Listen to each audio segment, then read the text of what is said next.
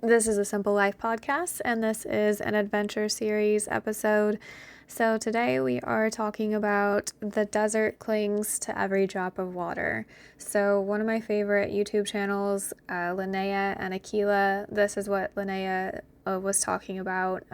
She has about a 40-acre plot of land in the desert, and she's a van lifer. She's now building up this place as her home, putting some structures on it, and she's learning to garden in this environment. And what she said is very true. There is, water scarcity in the desert. It does not rain very often.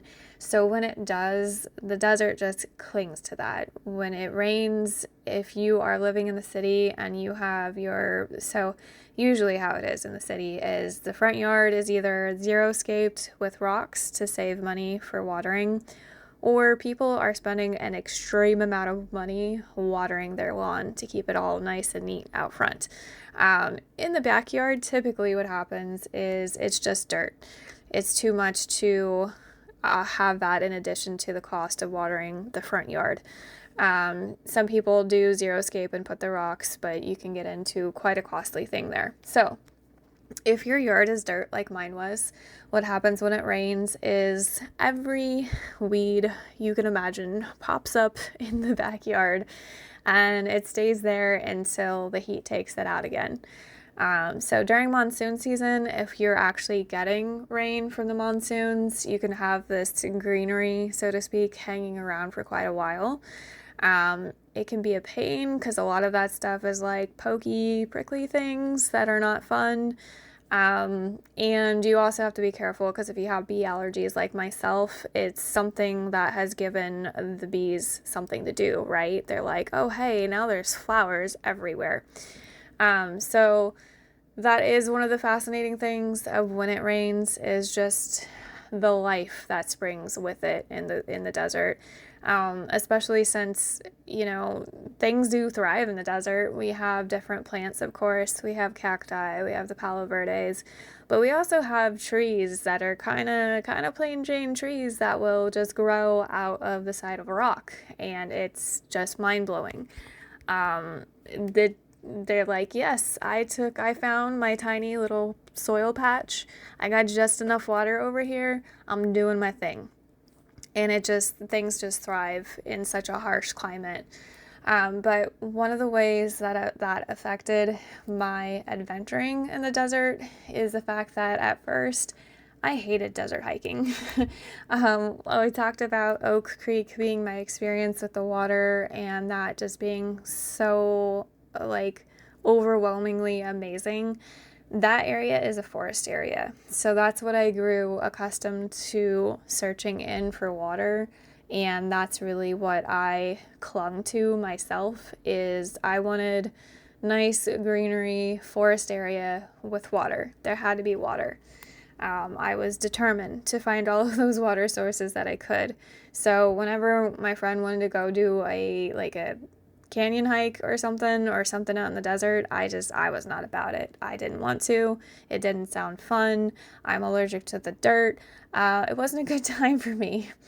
But then we had done a hike. This is not a trail by any means. We had started venturing off this point off the trails because, as I've said before, Arizona trails are just so packed. So at this point, we're exploring more off backcountry type thing. We had driven to this lake where it's like you drive down a 14-mile wash. That is just how you get to this particular lake.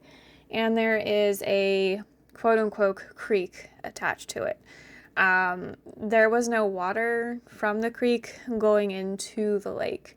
So we were really just venturing back behind this lake area, and we had gone at it at a 45-degree angle down into what we now know as cockleburs. Cockleburs are not fun if you have any experience with them. They are these little tiny prickly balls that if you try to grab them, your fingers just sink right into the thorns.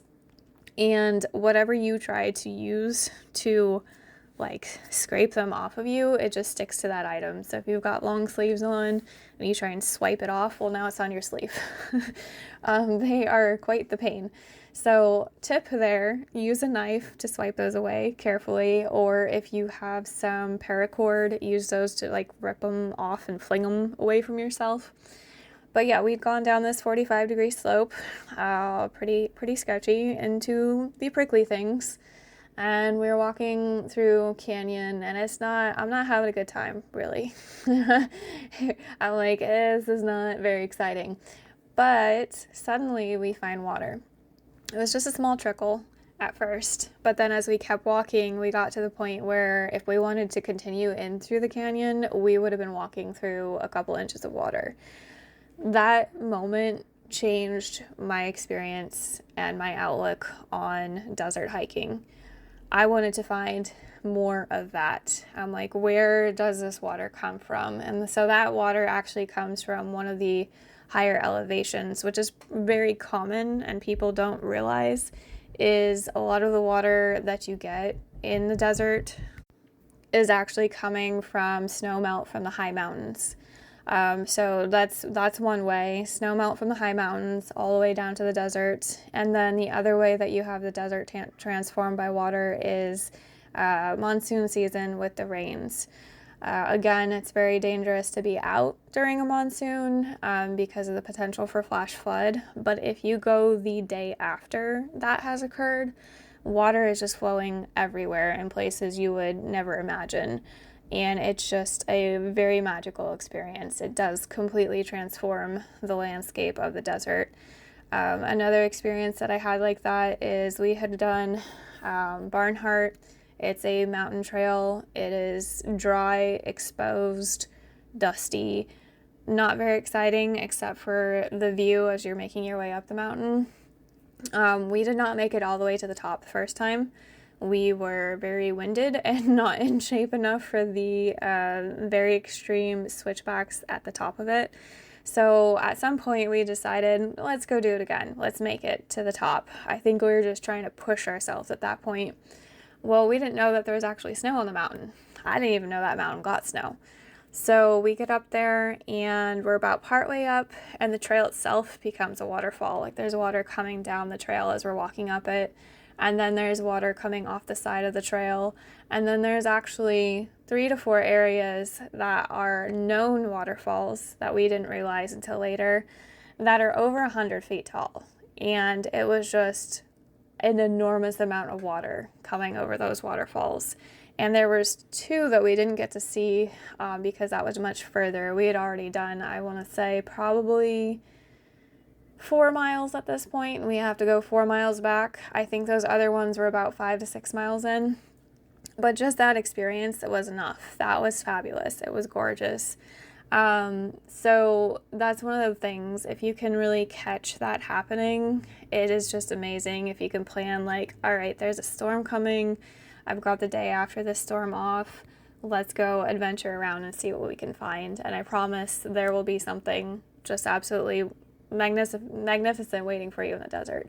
Another time, and this is happening more frequently with the weird climate change, is snow coming all the way down to the Superstition Mountains, even as far as into the valley, into Mesa. Sometimes it snows in Scottsdale as well. But we had gone to the outer Scottsdale area because it had snowed all the way into Superstitions and Scottsdale over by Bartlett. The funny thing is we had my friend's dog with us and she was not having it. She was throwing a fit about all the people that had come out to see the snow. So we went back home, dropped her off, got back in the car, and we're like, let's go do this dirt trail through Superstitions. So that's what we did, and it was so gorgeous to see the desert just covered in, just dusted in white, and the waterfalls that had created, over 200-foot waterfalls.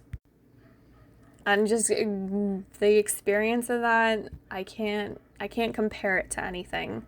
It's really awesome to have access to all the water here in Pennsylvania on a daily basis. But to go from just bare bones, dirt and rock that you grow up so used to and having that transformed by water, it's just something else entirely. I can't explain that experience, and I think that's one of the reasons why I do love water so much, and that's just my thing.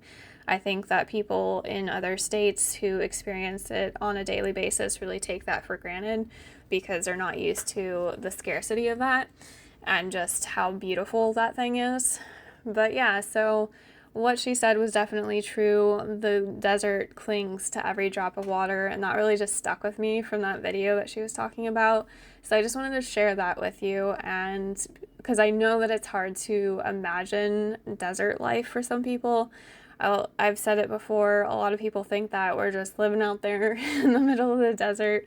We're not. We're living in the city with concrete and rocks. That's what we're living with. But then when you go and explore out further and you're in that desert area, it has so much beauty to it that just isn't seen on a daily basis. Something that you have to stumble upon or plan for it, but it is there. So I hope you guys enjoyed this episode, and I'll see you in the next one.